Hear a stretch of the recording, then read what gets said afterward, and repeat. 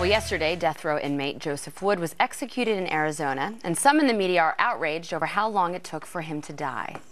The convicted killer should have died quickly from lethal injection. Instead, it dragged out for almost 2 hours.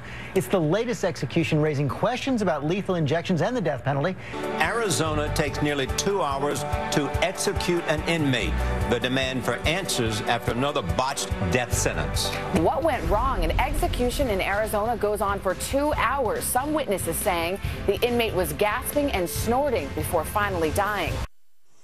But what about the victims of the brutal 1989 murder, Gene and Debbie Dietz? Will an AP reporter document their final gasps for air, as one did for Joseph Wood? Listen here to family members of the victims respond to the execution of the man who shot their loved ones in cold blood. Well, everybody here, from what I heard, said it was excruciating. What's excruciating is seeing your dad lying there in a pool of blood, seeing your sister lying there in a pool of blood. This man deserved it. And I shouldn't really call him a man. He deserved everything he had coming to him. This man, conducted a horrifying murder. And you guys are going, oh, let's worry about the drug and how he affected. Well, why didn't we give him a bullet? Why didn't we give him some Drano? So how would you guys feel if it was one of your family members? Would you be talking about the drug, or would you be talking about your family member? All right, Greg, I'm not in favor of cruel and unusual punishment, but this is called the death penalty. It's not the let's hang out and have a good time penalty. And we've talked about this a lot in the Mumia case and others. The victims are always lost by the media. The media is notoriously liberal and against the death penalty. Therefore, they focus on stories like these, and they're less likely to look at the victims and more at the victimizer. It's part of our modern culture. We find victims boring. We find the villains interesting. This is why, not to be a cheerleader, but Fox News is fair and balanced, because you need to hear those people. You need to hear those, because it's the least fair and balanced news coverage comes when these things happen. They forget about the victims. And you only have so much sympathy in your life, and you should allocate it carefully. You should allocate it to the victims. Nobody wants some guy to suffer, but they suffer. They suffer more. Dana, what do you think about this? I mean, the media has certainly made a big deal about the treatment of this criminal on death row, because they said he gasped for a number of hours. And then they've been telling the tale that a number of different executions have been botched.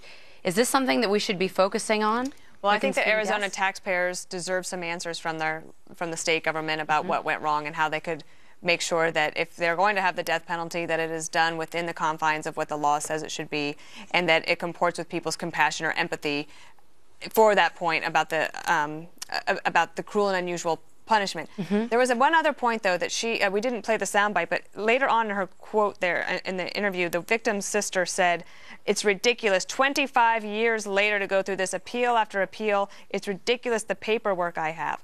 I actually think that if you are against the death penalty, that is actually where you could focus your efforts to try to help people deal with the judicial system that drags these things out for so long and makes it so much harder for somebody like her and the gentleman with her to get closure. Eric, what do you think? You are pro death penalty. You said just let him die. Yeah, who cares how long it takes? I have no compassion. I have no empathy for the criminal. But there are ways to fix this. The reason why they get into this trouble is because they found the electric chair was too cruel. People were dying and things were happening, and so they went to lethal injection. We can fix this. You're on death row. Your time is up at the end of the week. I'll let you choose. You want a bullet? You want an electric chair? You want a lethal injection? Or you want to hang? It's up to you. And however it turns out, we know then what the end result is going to be. So you know what? There's your compassion. And that's where my compassion would end. Bob, I think I used to be pro-death penalty, and then I've moderated my position, because if you're going to be pro-life, you should be consistently pro-life. That's just my take on the issue. And we've seen some people get executed that I don't think should have been executed. But we've seen a lot of people executed in Chicago without a peep from the left. So if you're going to be pro-life, which so many on the left are not, they're on the issue of abortion, they're pro-choice, why don't they show their commitment to life across the board? Well, listen, I happen to be pro-life, and I am against the death penalty. One of the reasons I am is that the Constitution does specifically say that the government, not other people, but the government does not have the right to involve themselves in cruel and unusual punishment. This was that incident. It was a mistake, probably, but the reason a number of states have cut back on the death penalty and frozen it is because they're finding out that more and more of these people who have not been lawyered very well, did not commit crimes, they've put away people who were not guilty, and it seems to me that you've got to take a very hard look at this system and say, we got to make sure that we're not putting people to death who don't deserve to be put to death, and when we do, they do it in a humane way, whether we like that word or not. I think that's really what this is. It's not about a botched execution. The botched execution is used as a Trojan horse to talk about the death penalty.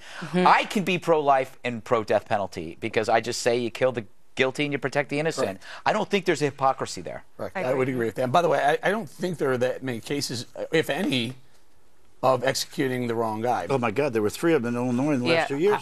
That's why I moderated because of what Bob said, because there are instances where there have been mistakes that are made. I think the jury's out on that exactly. I think it's a lot less frequent than you would say. It is less. I mean, it's less frequent, but if it happens one time, isn't that enough? I don't know. I'm not sure. I don't know. I don't know. I mean, what an interesting block where we all had different opinions. Ahead on the 5, a huge update on the Christian mom who was sentenced to death in Sudan for refusing to renounce her faith. Bob's got a picture of her that you're going to want to stick around to see coming up.